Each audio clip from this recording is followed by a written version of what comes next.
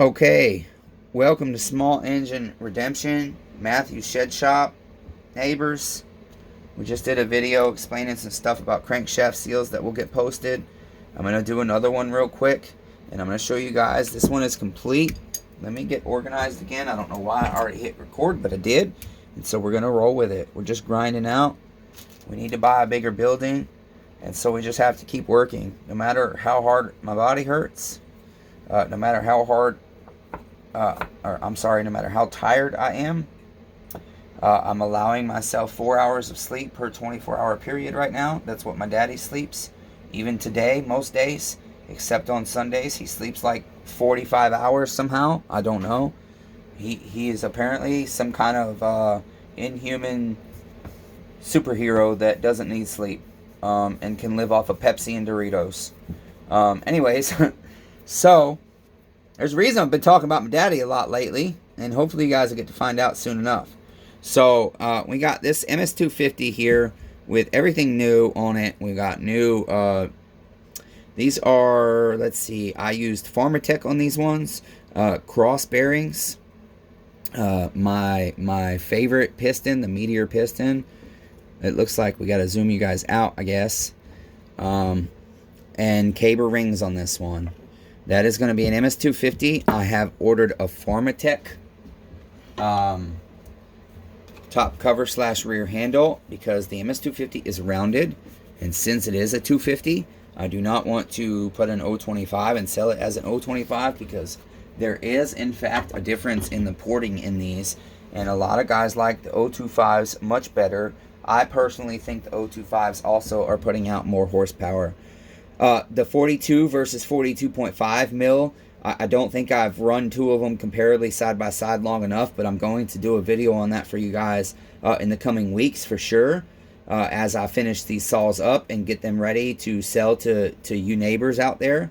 And I personally, from what I have cut with the 025s, I'm sorry, 42 versus 42.5 mil, to me, the horsepower, torque, RPM, nothing seems very different. I cannot really notice much of a difference at all.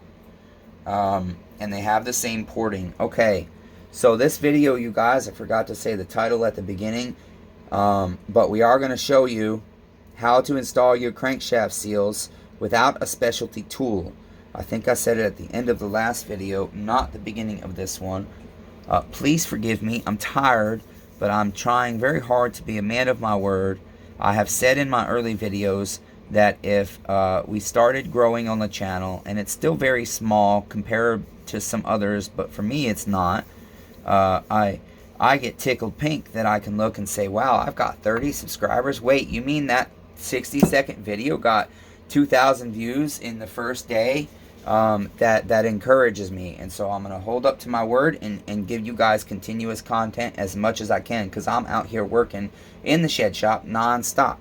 Okay, so we have this crankshaft. This one is going to be I have to remove this still, and we're going to do a video on that as well, how to remove your base gasket on whatever model I'm working on when I decide to do the video. This is an OEM Stihl cylinder. It is a 42 millimeter. With this one, we've put the new cross bearings on it. I believe we've done a new wrist pin bearing on this one. I cannot remember exactly. No, I'm sorry. I'm thinking the wrong one. The next one is the new wrist pin bearing.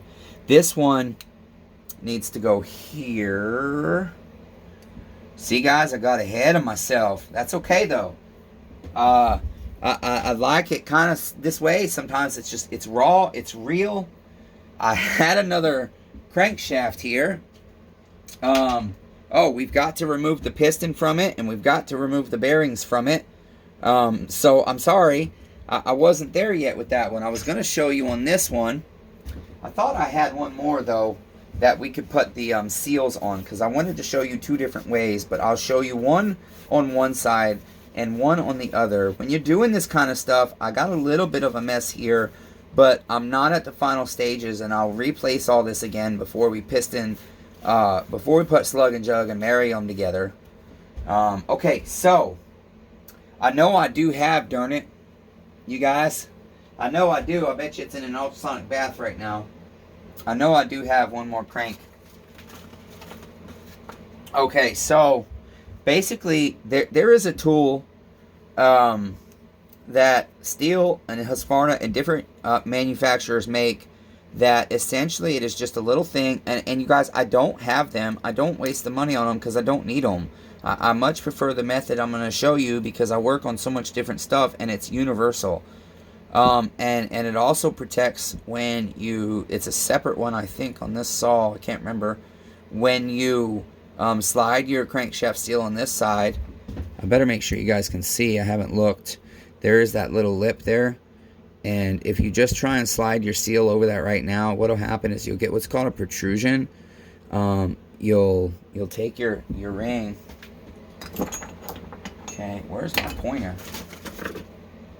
Well, this one's angled, but it'll work. You'll take your ring, and what'll happen is you're gonna cause it, as you're sliding it on, it's going to want to push this in the wrong way, and what's going to happen is the spring back here is going to pop out. Now let me see if I've got a ring right here. I did have one. I set it aside to show you guys. Now this one's totally blown out, and so you can see kind of the concept. You've got on the outside, this is your crankshaft seal, and this is a general concept. These are 025s, but like the 029s, 310s, most of Stihl saws, it's going to be the same kind of seal. Some of them are different on different models, but you're going to have a lip here on your outside facing the outside of your chainsaw. That's called the lip, and that rides the crankshaft as it spins. But then on the other side, you've got the inner seal, and this is what is your primary seal. This is really a secondary. And there's a spring in here. This is an actual spring, you guys. It's a coiled up spring. I'm going to take it all the way out to show you, just in case you've never seen one. And that is a spring. And so that spring, think about, you know, the RPMs the saw is doing, and that spring is constantly just having to sit there and ride in that. It's spinning. Your whole ring sits still, and then your crank is spinning inside of that. Okay, and it's spinning fast, and you're turning that saw, flipping it around. That's metal. There's a bunch of heat around it. That can stretch out. That can cause your seal to become no good. And then the purpose of that is, again, it keeps tension. It keeps tension here on this part of your crankshaft seal, so that as it spins, as your crankshaft, because this ring does not move, as your crankshaft spins, okay, you've got your lip on the outside, remember, and that has to be seated a certain way, and then on the inside. And what a protrusion essentially is, and when you've got to set rings inside a crankcase, this is especially important. This ring or this spring will end up popping off, and when your crankshaft seal is on there on your crankshaft side, we're talking about that lip there where your clip sits. Most of them have a clip. Some of the older, like 029s, do not. That spring will have potentially popped out where it is, and you can't see it between the crankshaft seal and the ring. But if you've done this several times, you can actually feel them pop out. So essentially, the other thing is the ring, when you do that, it will end up, here's what happens. Let me show you with this old one, since it's kind of like the perfect example to be able to see. Hopefully you guys can see.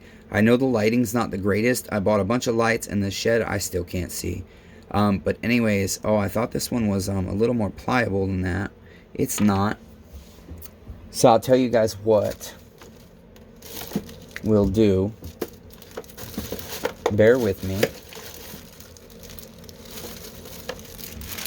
I had bought a different brand just to compare, and I haven't put them on a saw yet, and so I don't mind. They were so cheap, I don't mind potentially ruining one. We'll use one for demonstration purposes. I think for the cost of a few dollars, it's worth an educational video. to sacrifice a crankshaft seal. And I actually feel like these are cross, but they're not. They're not in cross packaging. They look like cross to me, but there's so many out there, and there's so many variations, it's hard to tell. So let's put these over here because they're going to go on the saw. So what happens, guys, is when it slips over that lip, I really want to get more light. I really want you guys to be able to see. I have a light here bought to hopefully help with some of the stuff. And so, let's see. I don't know the best way to set it up, though. That's the problem. I've been trying different angles on the light here. It's supposed to be a super bright light, but we'll have to see. You guys let me know if anybody understands the lighting of camera work. I'm not a camera guy. I'm trying to learn for you guys to help you out and help myself out at the same time. But I'm not a camera guy. Okay, so what essentially happens is as you slide that over, you get what's called a protrusion. This part of the ring is going to it's going to fold over like that. Okay, you see how that is now? It's going to fold over. I'm going to get some tiny needle nose because I think this is good info. And if you put all the time into rebuilding your saw and you think it failed because you used cheap rings, it might be operator error. See that? If that folds like that, if that folds up under itself like that, and you can't see it, you guys, once that ring is over this, it's so close to that bearing, and by the time it pops over, it usually typically just slams against the bearing. You don't know the spring popped out. You don't know you have a protruding ring, a protrusion. You don't know that you folded up over yourself like that. And what happens there?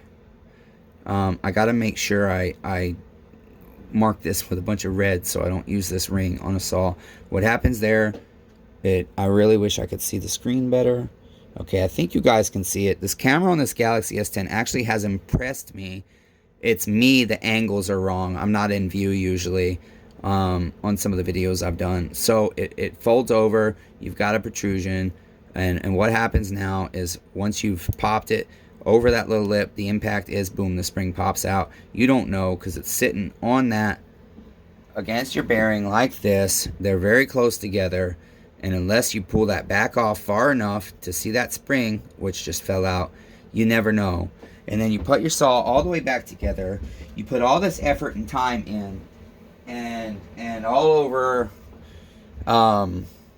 putting in a $5 incorrect seal, you've ruined your chainsaw. Now, let me do this because we'll use this. I've got like clips and stuff, a little thing here that I've been gathering for video ideas. And we've got pistons and stuff. We're going to show you guys different piston scoring in the future at some point. Just great stuff that I've always thought could have been very useful to me in the past that actually a couple of guys have done videos on now. And so I will also do similar stuff. But I just want to mark that so I don't accidentally use it. So that's that. Now, so what's the solution if you don't have a tool and you're working on your saw at home? What if you can't get the specialty tool that Stihl sells for your particular model, your particular size crankshaft seal? Well, there's a couple of options, and I'm going to show you what I actually do, guys. And this is how I install pretty much all my rings on a crankshaft in this way.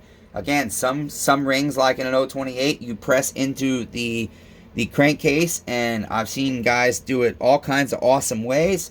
Me, I have the specialty press that Stihl puts out for that particular purpose, because that's what makes my life easy. Now, doing this way, you guys, this does not in any way, shape, or form impact the quality of my product, and so I have no problem doing it.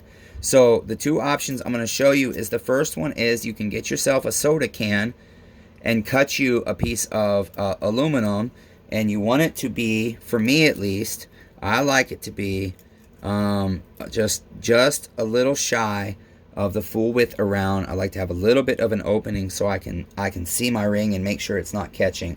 The other thing I very strongly recommend, if you're going to do this process, these can be cut by this edge if you're not careful. So here's what I do.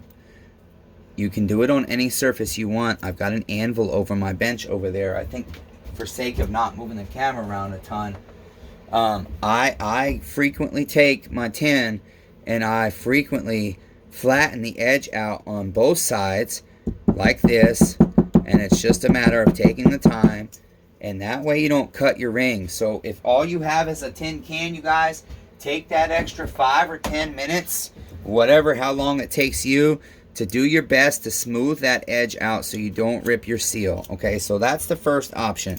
So let's show you. Now, why do you need to do it on the flywheel side? Well, look at this. You've got these sharp. This is sharp, guys. I've actually cut my fingers on the flywheel key groove before.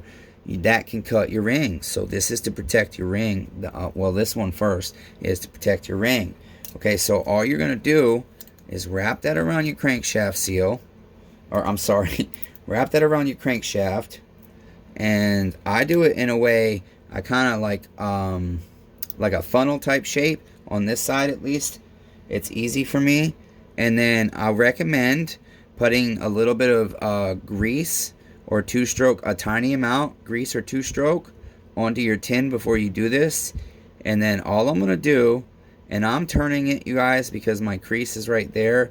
The top tin, if I turn it the other way, would be bad. I'd be catching the lip. And so I'm not turning it much, but just kind of turning it to help work it down. And once I'm seated, I use, most of the time, it's easier for me to grab this out with like needle nose, or these might not work. These aren't technically needle nose. Oh, you see, guys, I messed that one up. I pulled the ring out. I thought I had a hold of it. Sorry. See, I'm human. I make error. I do not believe I damaged that. When we're off camera, I'm going to be examining very closely to make sure everything's good with this ring now. So we'll do it again. I'm just going to slide it down. And this time we'll show you better. Grab it like that. I've got it pressed down almost all the way. I don't quite go against my bearing. I'm just shy of my bearing. And then I'll just pull that out. Okay? And then the thing is, I'm going to be careful because you can fold that lip in. I'm going to back it off just a bit. And the reason I do that is because you must have space for your engine pan. There's a little lip here that has to sit between your bearing rides in here and your crankshaft seal rides in there, or sits in there. It doesn't really ride. It kind of is going for a ride. I'm going to have to press these bearings on it just a bit more. I didn't quite get them enough. Maybe not. Yeah, I will have to press. Nope. Okay. So, essentially, like I said, you have in between your crankshaft seal and your bearing, you have that lip. And so if this is pushed all the way against your crankshaft seal and you go to put your pan and your cylinder together, you're going to ruin your bearing as well. You're not going to get a good seat. When you guys do your Permatex, you see this piece right here? That is the biggest place. I have had air leaks in the past. I know better now, but when I first started doing this, I would never have enough there, and I'd get a little tiny air leak just right there. Okay, so now let's do the other side with the other option, and what I feel is the better option if you have it available. Say you just bought your little princess Barbie doll, and she has decided the box is of no value. She doesn't understand that 80 years ago, children that saved their Barbie boxes are filthy rich now over their $10,000 Barbie box. Anyways, the window in the front is really the best plastic, but any fairly thin. This is a little thick, but I just grabbed what I had here in the shed shop to do this video for you guys, and all I did was I took some, this is a helicoil plastic, and it's just, I mean, standard package plastic, any piece of plastic you can find, and again, about the same size. This one is a lot longer, and the reason is because I use this one for crankshaft sides mainly, and so essentially it's kind of the same concept, but now more what we're focusing on is this. Okay, so you can have a shorter one, and once you get it over this, get it onto your tin. I do that. If sometimes I just grab that. It really depends for me, you guys. But you wrap that around, and again, I'm gonna kind of funnel that at the top there. Fold the two pieces over, and that is just to make this end smaller to start my seal. Okay, and then Start my seal. Also still being careful because you don't want to rip it. So just take your time. Work it over the edges carefully. And then you can slide that right on down. Okay, now what I'm going to do is I'm just going to kind of even out my plastic here. And it's going to take a bit of work when your plastic is thicker. But don't go too thick because you don't want to stretch your seal out too much. I think what I'm using is about the maximum I'd be comfortable with. Okay, now on this one, what you can do is kind of work your little sleeve here back as you bring your seal on. Mine's sliding forward right now because I can't grip it. Boy. Yep. Whoops. Okay, guys, let me take a breath here real quick. We'll try that again.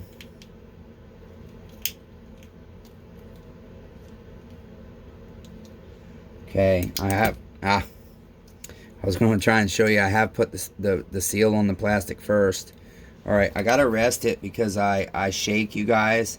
I've mentioned in some of my other videos my disability, and I'm sorry.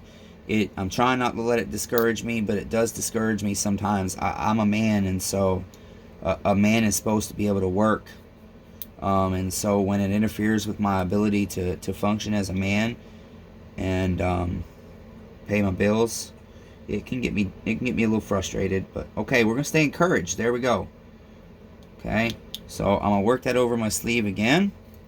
But I hope this encourages you guys if you struggle with it, because you can see that a guy that does rebuilds on a regular basis can struggle with this.